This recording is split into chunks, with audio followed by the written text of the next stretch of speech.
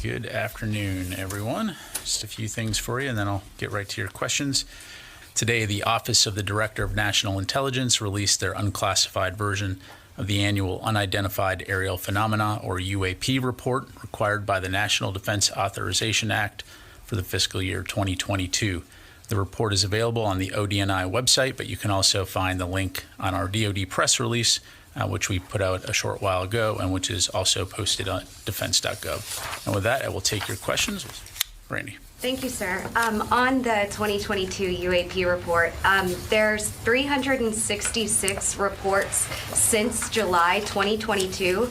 The majority of those originate from U.S. Navy and Air Force aviators and operators who witnessed them during their operational duties and reported them to the previous task force and now AARO through official channels. What are those official channels that the Pentagon has set up for better information sharing on this topic? Yeah, thanks very much for the question. So first of all, let me just say right up top that the department wants to thank the Office of the Director of National Intelligence for leading the collaborative effort to produce this report, as well as all the other agencies that supported it. I would encourage you to, as I'm sure you are, read that report for any type of detailed information. Broadly speaking, when it comes to the types of processes and procedures that have been established, the AARO office, as you highlighted, has closely worked with each of the service branches to come up with a streamlined reporting system to be able to collect that information.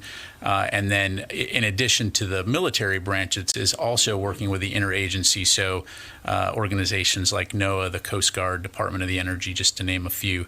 And so by establishing those reporting procedures, what it does, and I think you'll see this in the report, is it allows the collection of data, and more data allows us to be a little bit more rigorous in terms of how we go after investigating these incidents. So hopefully that Yeah, it does. And I appreciate the transparency here. Just a quick follow-up. The report says that regarding health concerns, so far, no encounters of UAP have been aligned with serious anomalous health incidents.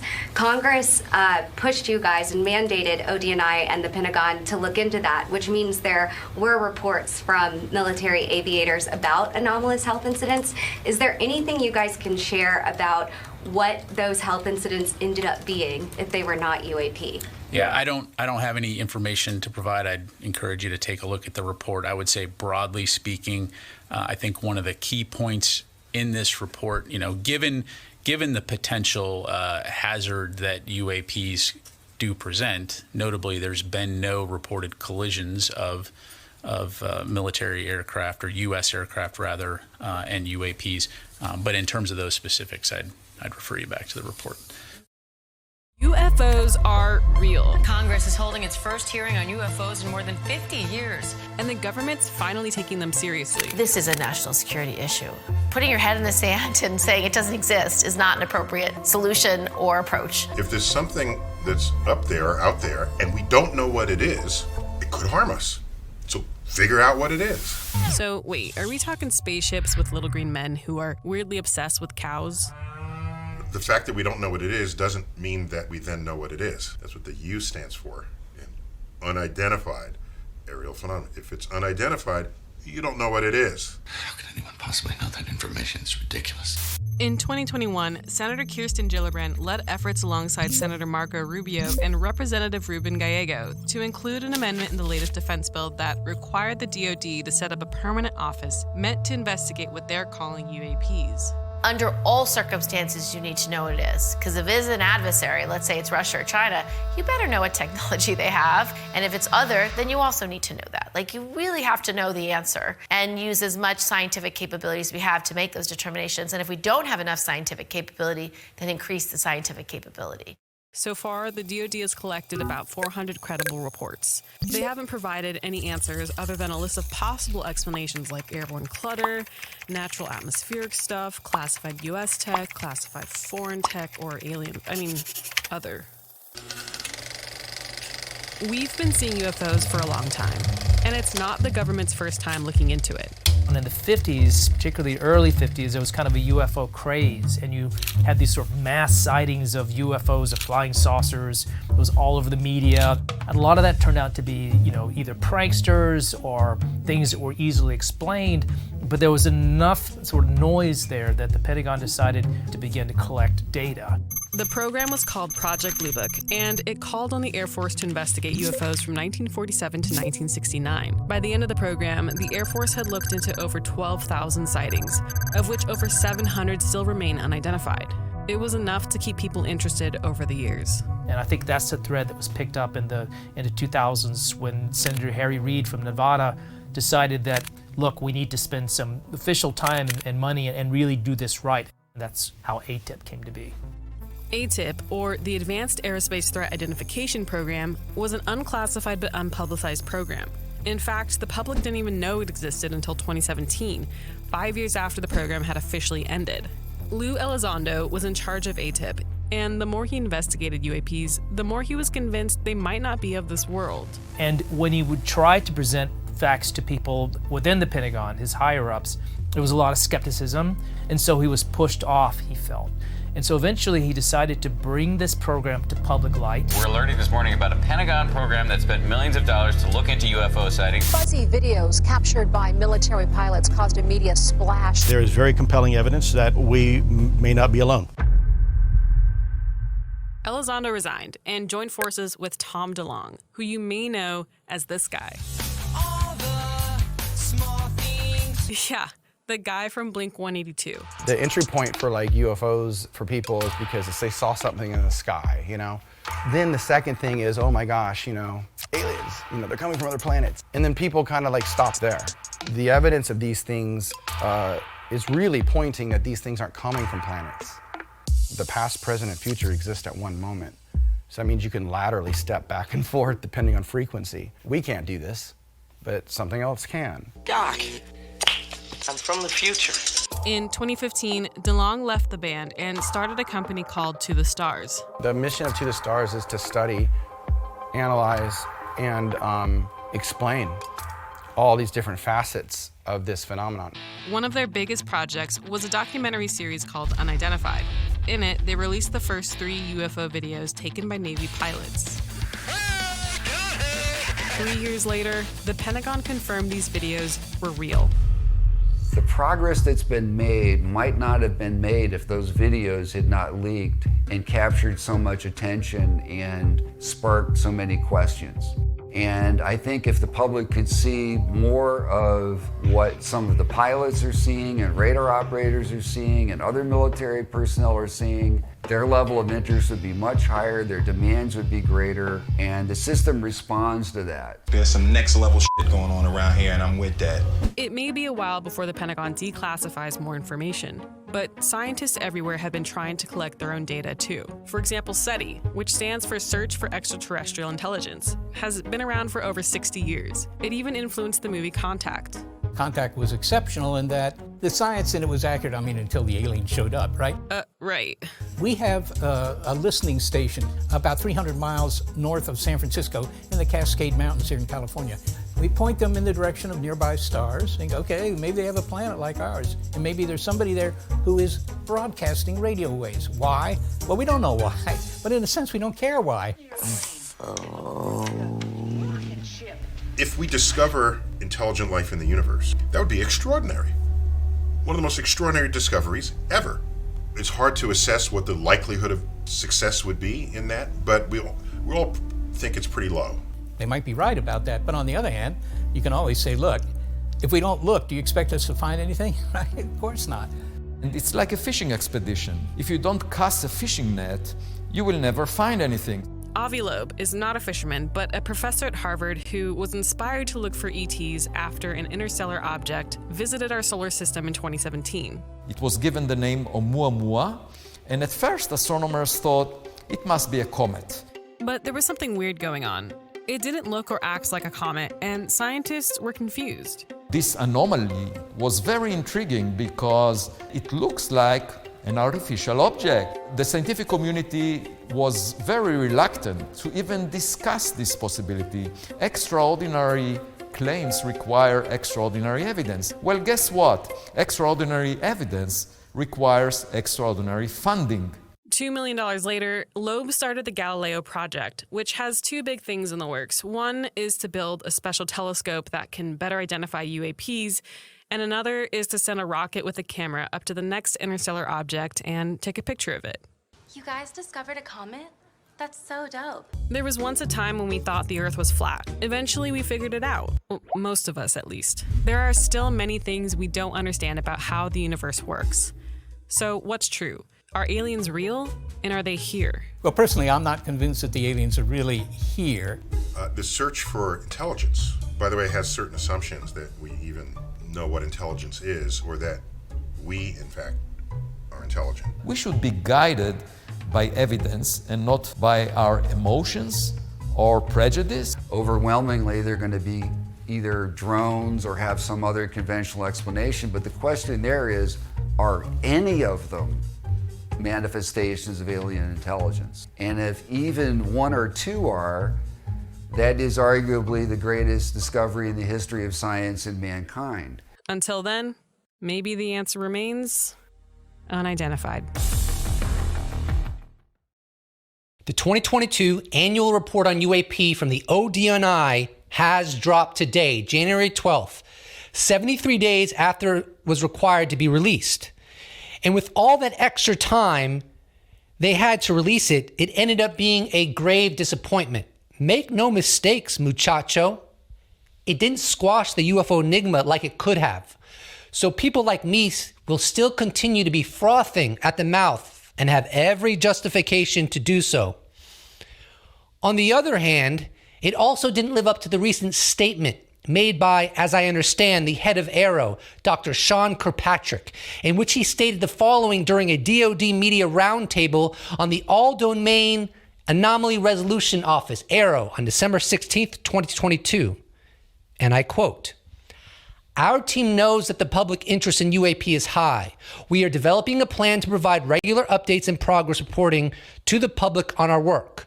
While we're committed to declassifying and sharing information related to UAP to the greatest extent possible, we must, of course, balance the desire for transparency with the need to protect classified information, sources, and methods in the interest of national security."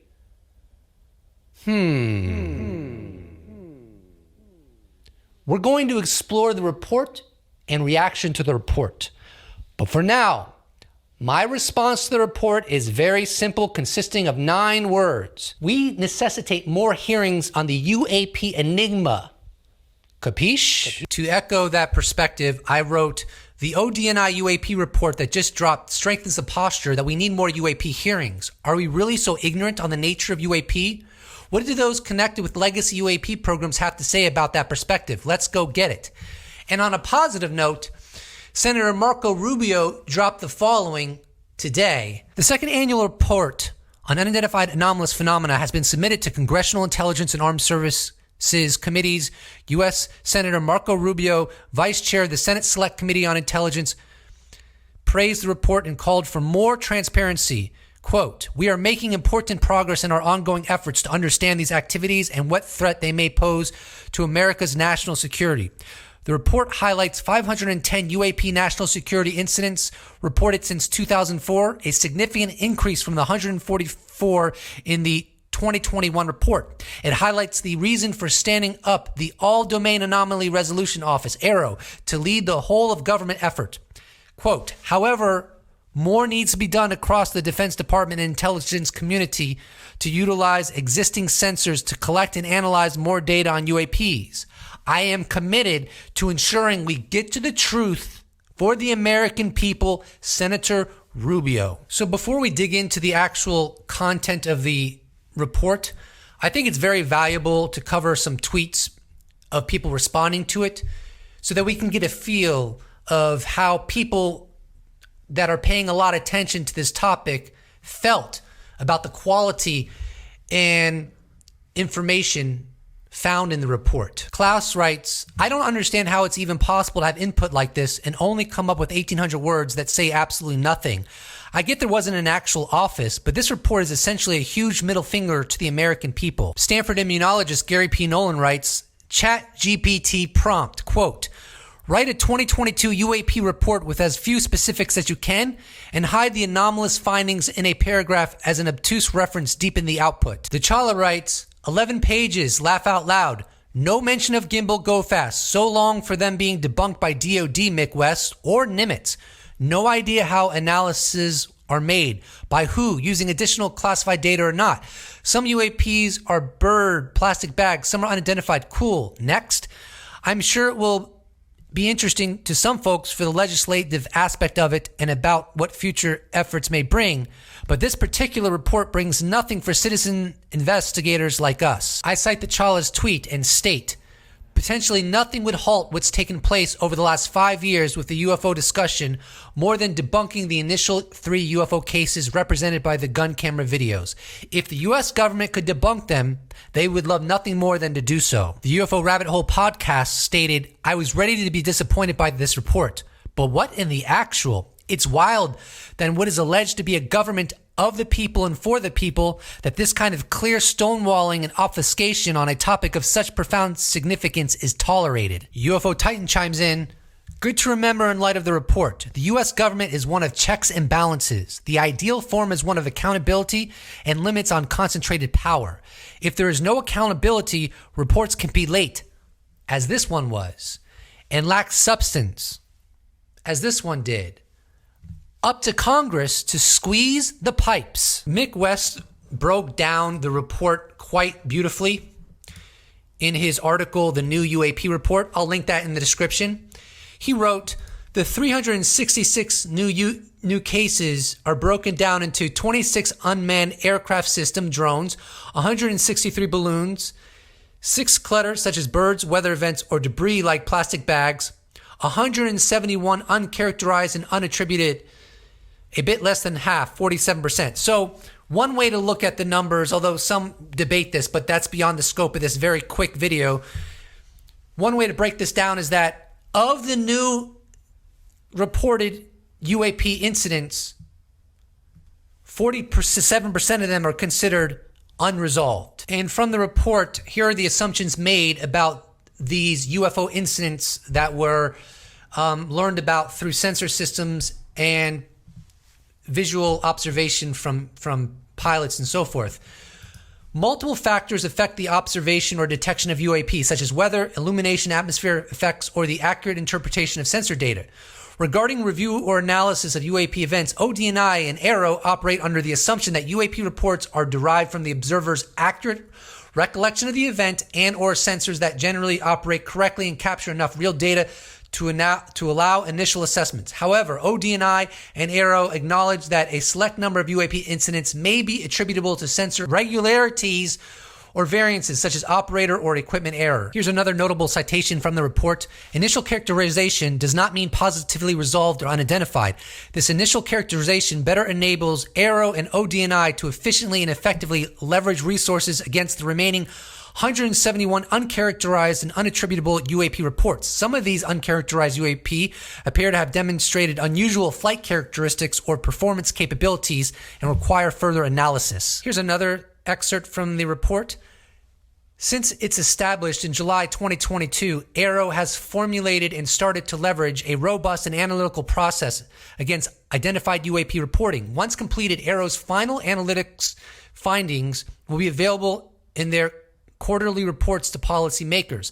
AARO's initial analysis and characterization of the 366 newly identified reports, informed by a multi-agency process, judged more than half as exhibiting unremarkable characteristics. And as others have pointed out, this is basically another way of saying that a significant number remain that do not appear to have such prosaic characteristics and remain a focus of AARO's further investigations. From Mick West's article, the 144 original UAP reports are basically ignored here, which is a shame because they probably include the Nimitz, Gimbal, and Go Fast cases, i.e. the 3 famous Navy videos, Early reporting by ABC News and the New York Times included Pentagon officials saying that gimbal and go fast had been partially characterized as sensor issue for gimbal's famous rotation and a parallax illusion for go fast. Yet there's no hint of that in the report. The Pentagon has the opportunity to stop the speculation there, and they should do so. I would say that earlier reporting was wrong and that Julian Barnes of the New York Times was given bad information. In this light, I wrote today, had the UFO report thrown cold water on the 3 UFO videos or debunked them, skeptics would rightfully be filled with glee. That didn't happen, which portrays logic if the U.S. government wants this story to go away. I'd argue they want it to go away, but no, it can't. Have a good one. The Chola chimes in very astutely and writes, the DoD released the 3 unclassified videos on their website in 2020. They do not reveal any sensitive capabilities or systems. Their words. The least they could do is clear this up. If they had solved them, why not say it?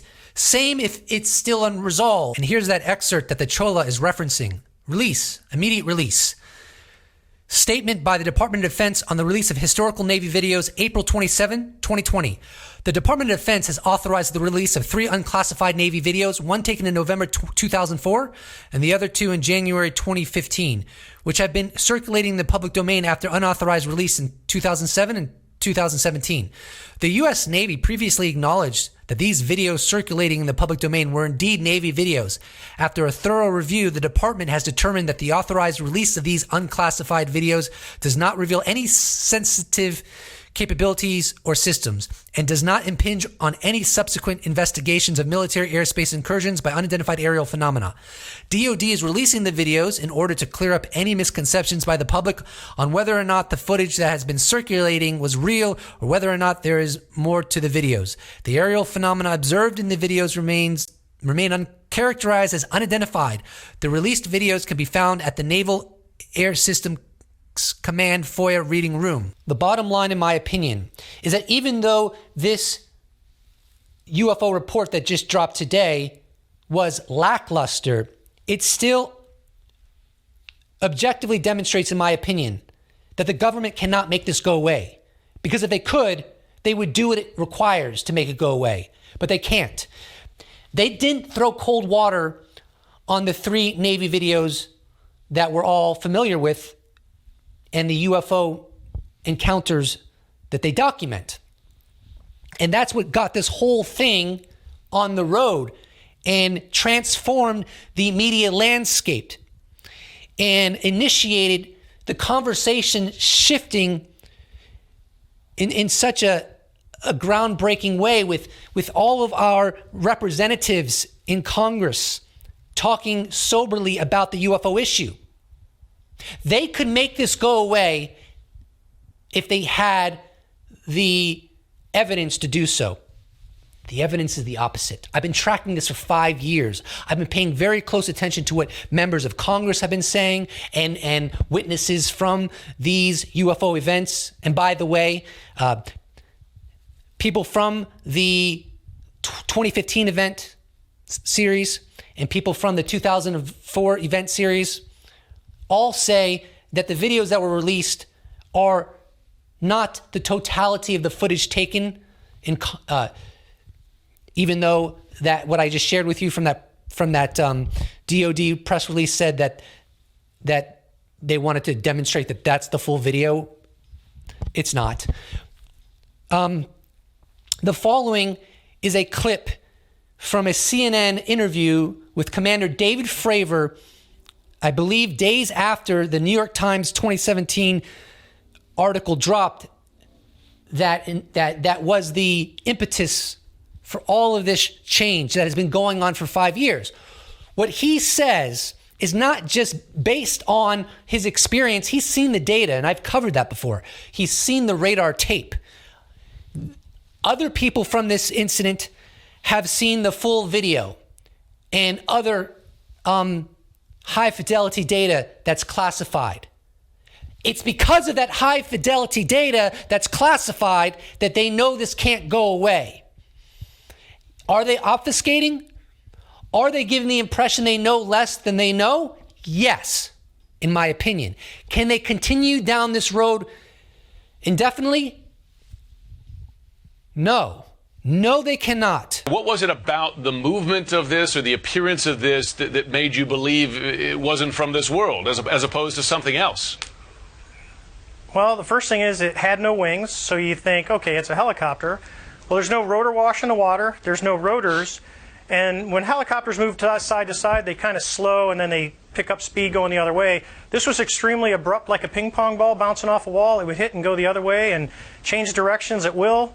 And then the ability to hover over the water and then start a vertical climb from basically zero up towards about 12,000 feet and then accelerate in less than 2 seconds and disappear is something I had never seen in my life. Now listen, I'm sure you've spoken to people, you told the story to some people who react with skepticism, shake their heads a bit. Yes. What do you say to people who doubt the account?